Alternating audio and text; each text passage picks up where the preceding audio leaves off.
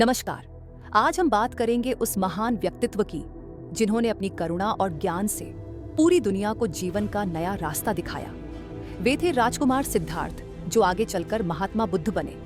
आइए जानते हैं कैसे एक राजकुमार ने महलों की सुख सुविधा छोड़कर सत्य और ज्ञान की खोज की। गौतम बुद्ध का असली नाम सिद्धार्थ गौतम था।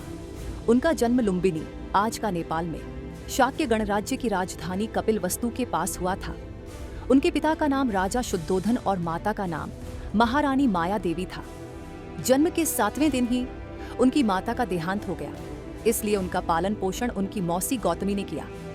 कहा जाता है कि सिद्धार्थ के जन्म से पहले ही एक यक्ष ने भविष्यवाणी की थी कि यह बालक या तो एक महान सम्राट बनेगा या फिर महान तपस्वी। इसीलिए उनके पिता ने उन्हें राजमहल के सुख सुविधाओं में ही पाला और बाहरी दुनिया से दूर रखा, ताकि वह सन्यासी न बने। सिद्धार्थ को धनुर्विद्या, कुश्ती, तैराकी, दौड़ और अन्य कलाओं की शिक्षा दी गई। वे बहुत तेज और करुणामयी स्वभाव के थे। युवावस्था में उनका विवाह राजकुमारी यशोधरा से हुआ और उनके एक पुत्र हुआ जिसका नाम राहुल रखा गया।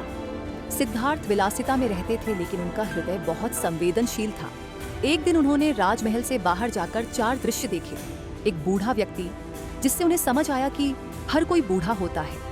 एक बीमार व्यक्ति, जिससे जाना कि रोग किसी को भी हो सकता है।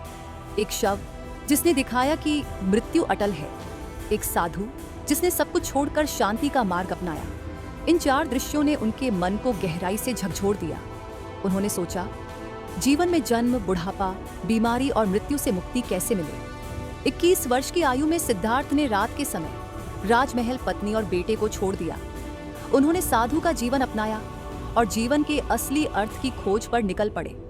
सिद्धार्थ ने पहले कठोर तपस्या की, लेकिन शरीर को कष्ट देने से उन्हें शांति या उत्तर नहीं मिला। उन्होंने समझा कि अत्यधिक भोग और अत्यधिक कष्ट दोनों ही गलत हैं। फिर वह बोधगया पहुंचे और एक पीपल के पेड़, जो आगे चलकर बोधि वृक्ष कहलाया, के नीचे ध्यान में बैठ गए और निश्चय किया, जब तक सत्य न मिल जाए मैं यहाँ से नहीं उठूंगा। कई दिनों तक ध्यान करने के बाद 35 वर्ष की आयु में उन्हें ज्ञान की प्राप्ति, बोधि हुई। अब वह गौतम बुद्ध बन चुके थे। की आयु में बुद्ध का महापरिनिर्वाण हुआ। उनका जीवन इस बात का उदाहरण है कि करुणा, त्याग और सत्य की खोज से इंसान अंधकार से प्रकाश की ओर बढ़ सकता है। गौतम बुद्ध का जीवन इस बात का प्रमाण है कि सच्चा सुख बाहरी वस्तुओं में नहीं, बल्कि मन की शांति और करुणा में है। उनका मार्ग आज भी लाखों लोगों को प्रेरित करता है। अगर आपको यह कहानी अच्छी लगी तो इसे पूरा सुनकर अपने विचार साझा करें और ज्ञान की इस रोशनी को आगे बढ़ाएं।